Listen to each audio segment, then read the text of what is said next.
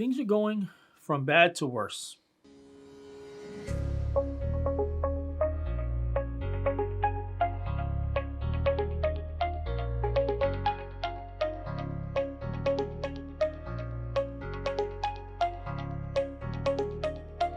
Hello, Ruben Chavez with Two Strong Mortgage. My goal is to help educate you on all things real estate and economy with the hopes of one day earning your business. All right. So I haven't been able to verify this with multiple sources yet, and it's probably because I am writing this on a Sunday night. But it seems that the bond for the Burnett versus NAR case was purchased on November 10th. That's a huge surprise to me. Let me explain how bonds work in layman terms, very, very broadly, and I'm talking about appeal bonds. First, in assessing the bond, the company purchasing the bond has to actually have the money or assets to cover the bond. The bond company wants to make sure that there's a way to get their money back if the defendants lose in court. You're only supposed to purchase a bond if you believe you're going to win. If you feel like you're going to lose, then there's no point in paying a bond, more court fees, and still paying out the settlement in the end, anyways. In NAR's case, this bond is for $1.8 billion. The cost of a bond can range from 0.3% to 10% of the judgment. However, the typical cost for a bond is typically between 1 to 3%. If you have good credit, obviously, that matters, and good financial assets, that matters. So I don't know how much they paid for the bond. That's obvious, but let's just split it down the middle and let's say they paid 2% for the bond. That means that all companies involved had to pay, let's say, $36 million in order to obtain this bond or to secure it. This is all well and good. Between the 6 companies that were sued in Missouri, they can easily claim well above $1.8 billion, right? Yes, as of now. But what's the immediate future for all these companies? First, we have to know that litigation will take a couple of years, right? Millions more in fees. Next, we need to be aware that this is a settlement or that this settlement was only for Missouri. They are taking this to the remaining 49 states, with New York already getting into the mix. All right, so if we take a look right here, new commission lawsuits target Remini and 26 other companies.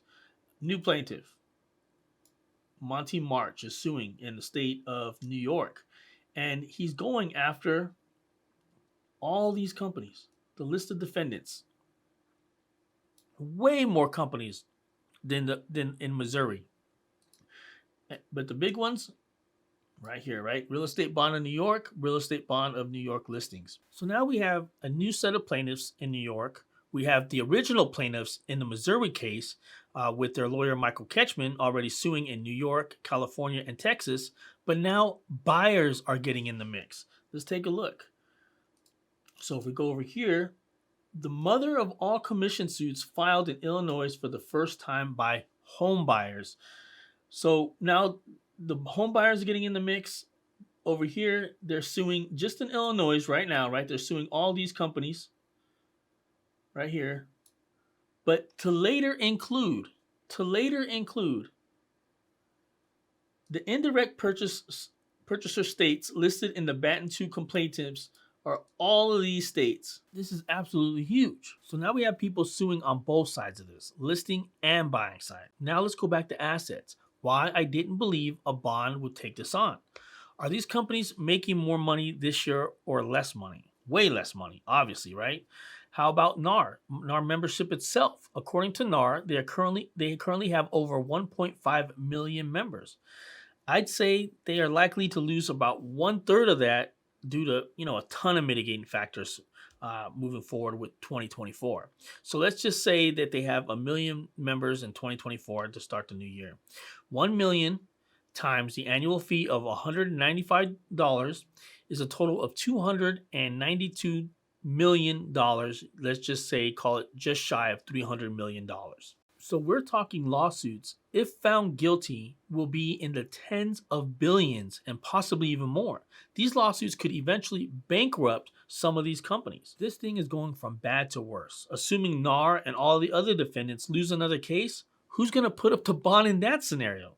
Who's going to believe that the value of these companies are still there after all of this? Not to mention, it doesn't look like real estate is going to be going up anytime soon with interest rates super high. So I don't know where we're going with this or what is expecting to happen or what's the next move for realtors and the consumers.